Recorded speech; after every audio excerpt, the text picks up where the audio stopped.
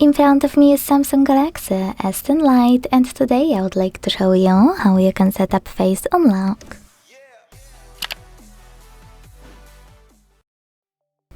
Begin by opening Settings and scrolling to click on this section called Security and Privacy. Then scroll again, this time to tap on this one here, called Biometrics, and tap on Face Recognition at the top. Now enter your current screen lock, choose Continue, keep your face in frame and follow all of the instructions from your screen.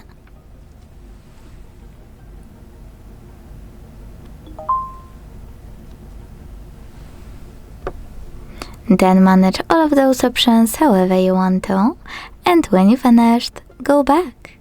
So when I switch off my screen, turn it back on and look at it, I can see that Face Unlock is working properly. Thanks so much for watching. If you enjoyed this video, leave a like, comment and subscribe. Bye!